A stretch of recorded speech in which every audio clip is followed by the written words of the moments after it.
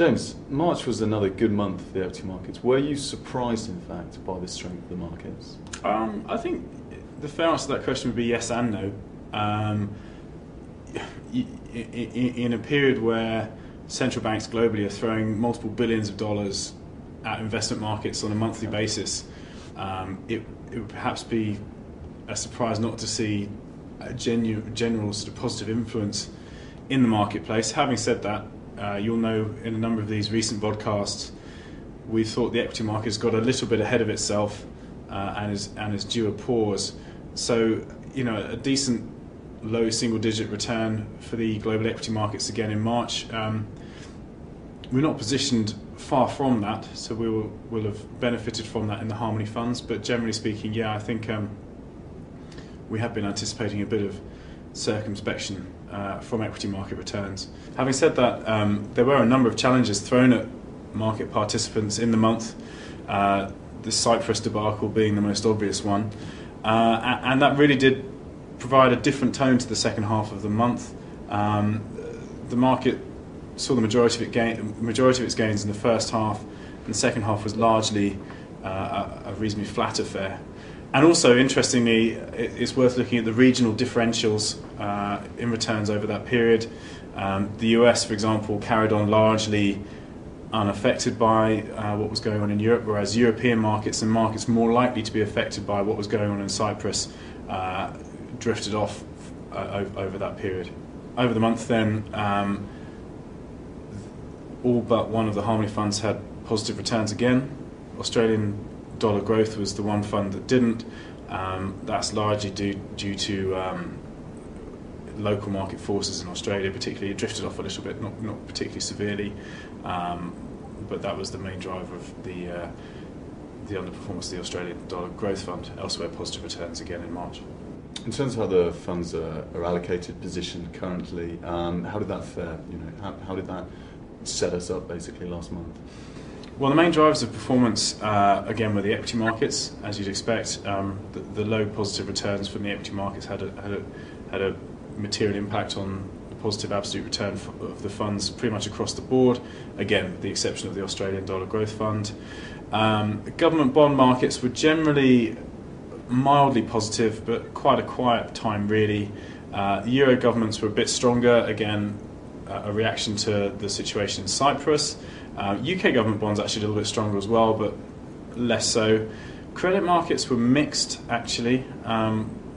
It wasn't a one-way bet this month, but convertibles particularly did pretty well. Global convertibles added 1.3% over the month, which is materially ahead of most other parts of the credit spectrum, certainly the government bond market, and not far off what equity markets return. So that's a decent help for performance there. Global property performed in line with the global equity market, so there was no particular benefit or harm to being relatively positioned versus the rest of the global equity market there. In the currency markets, euro and yen were weaker, Australian dollar a bit stronger, but they're all sort of relatively modest moves within the currency markets this month. James, what is your current thinking in terms of the fixed income component of the funds? Yeah, this is clearly an important aspect for our funds today. The easy money's been made in the fixed income market as spreads blew out materially, and that's the yield pickup you get over global government bonds moved out materially in the crisis period of 2008 and into 2009. And the available returns from the credit market at that time were incredibly rewarding and were overly rewarding, really, and they sort of lost some perspective, if you like, some reasonableness, in the sense that you were more than compensated for the risk of default inherent in these securities and the risk of, if there is default, the opportunity of you making that money back or not. So you could, in that period, buy the high yield market, buy the investment grade market, pretty confident that you are being excessively compensated. That trade has paid off consistently over 2009, 10, 11, and even 2012 to an extent. So it's been an excellent trade for the Harmony funds generally. But a lot of the opportunity there has gone. I don't think it's bad position to be in high yield today, or investment grade credit today, or even convertible debt today. It's just a case of it's far less attractive than it was a couple of years ago. To that end, you'll see in the portfolios we've rotated towards some lower duration high yields to cut out some of the interest rate risk. We are considering taking positions in the loan market, again lower duration and floating rate securities, which gives us a degree of inflation protection looking forwards, and also to strategic bond managers, just on the basis that the finesse inherent in those strategies is far greater than we could hope to achieve through other more traditional long-only strategies, and so that's why we've got an allocation to two strategic bond managers in the portfolio today. I believe the loans position you've spoken about there is, it's in process, it's on the immediate horizon. Did you elect to make any other changes to the portfolios last month? Yeah, on the equity side, again, just tweaking really, on the basis that we've taken the view equity markets are on a medium-term view attractive. They're probably the best looking asset class available to us as of today. But in the short term, we think they are due a pause. The markets have run a long way since the middle of last year, remember, and it's been a pretty relentless rise, and we think it's due a period of consolidation. So we've moved from earlier in the year where we were overweight. Last month we moved to neutral.